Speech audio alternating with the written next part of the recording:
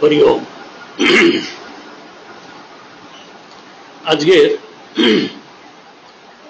আলোচনার বিষয়বস্তু সমবেত উপাসনার গুরুত্ব।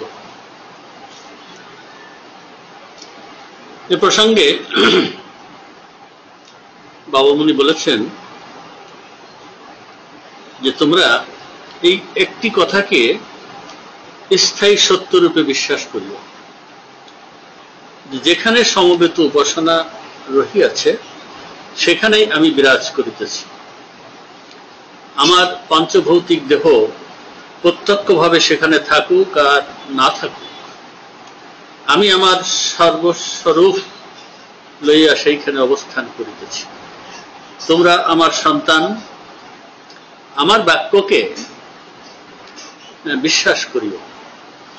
তোমরা আমার সন্তান, আমার বাক্যকে প্রতিপালন করিতে চেষ্টা করিও। যেখানে সমবেত উপাসনা নাই, আমি সেখানে নাই।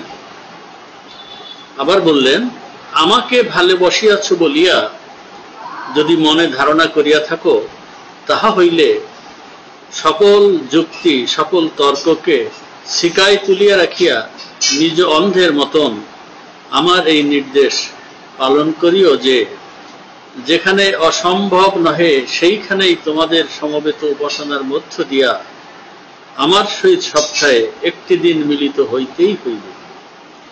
আমি আমার সন্তানদের ছাড়িয়া কি সুখে ও আনন্দে বাস করিতে পারিব? আমার সন্তানেরা সমবেত উপাসনার দিনে সকলে মিলিয়া একসঙ্গে আমার স্নেহের কোট আসিয়া অধিকার করিয়া বসুক, ইহা যে আমার নিত্য কামনা। আবার সমবেত উপাসনার গুরুত্ব সম্পর্কে তিনি সুস্পষ্ট করে বললেন যে একা একটা কাজ করিলে তাহাতে আনন্দ কম, 10 জনে মিলিয়া করিতে পারিলে মিলনজনিত প্রহর্ষ তাহার মূল্য ও মর্যাদা বর্ধিত করে। মিলনেচ্ছার ভিতরে শক্তির প্রত্যক্ষ আহ্বান রহিয়াছে, মিলন প্রয়াসের ভিতরে শক্তির রহিয়াছে সুস্থির সন্ধান, মিলনের সাফল্যের ভিতরে লুক্কায়িত রহিয়াছে শক্তির অফুরন্ত উৎস। তোমরা সমবেত উপাসনাকে প্রাণাধিক প্রিয় অনুষ্ঠান বলিয়া জ্ঞান করিও। ব্যক্তিগত ঈর্ষা দেশকে ইহার প্রতিবন্ধক হইতে দিও না। মান যশের লোভে কেহ সমবেত উপাসনায় নেতৃত্ব করিতে চাহিও না। প্রাণের অকপট ভালোবাসার তাগিদে ইহা করিবে। আন্তরিক প্রেম সমবেত উপাসনার প্রেরণা দিতে থাকুক।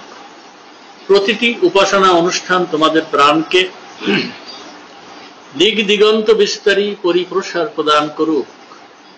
তোমাদের স্বভাবে, চরিত্রে, চেষ্টায়, চিন্তায় সমবেত উপাসনার মধুময় মহত্ব আত্মপ্রকটন করিতে থাকুক।